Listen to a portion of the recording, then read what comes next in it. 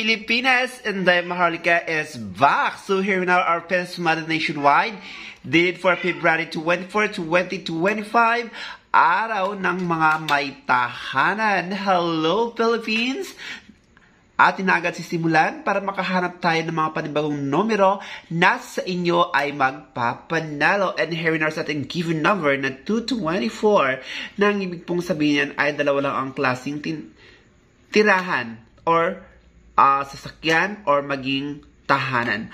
Either nirentahan lang or pag-aari na iyan. And for 2025, ang legendaring magnanakaw ng kaligayahan or nawawalan ng suwerte.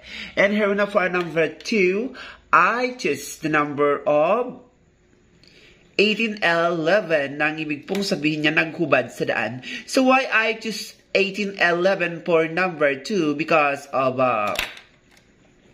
18 plus 11 equals to 29, and 29 belongs to 11, and 11 belongs to number 2. And here na for number 24. Ang ating number 24 ay just number of 1914 na ang ibig pong sabihin yan ay mag-asawang nahulog na sa isa't isa. So I choose 1914 for number 24 because 19 plus 1 equals to 20 plus 4 equals to number 24. And for our number 20, I choose number of 1730 na ang ibig pong sabihin yan ay malanding may putok.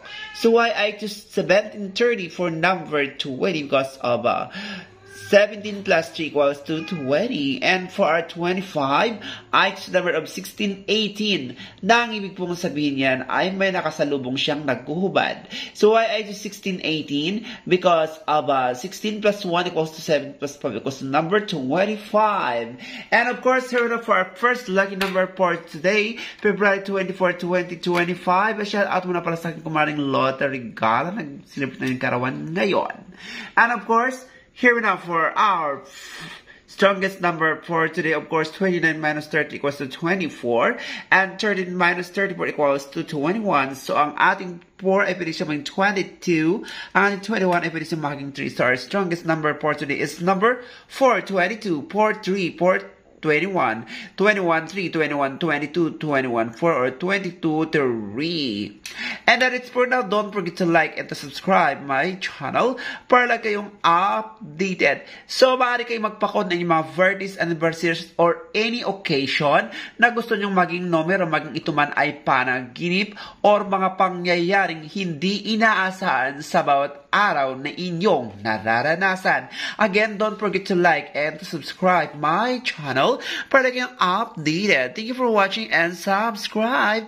I love you all and God bless. Subscribe.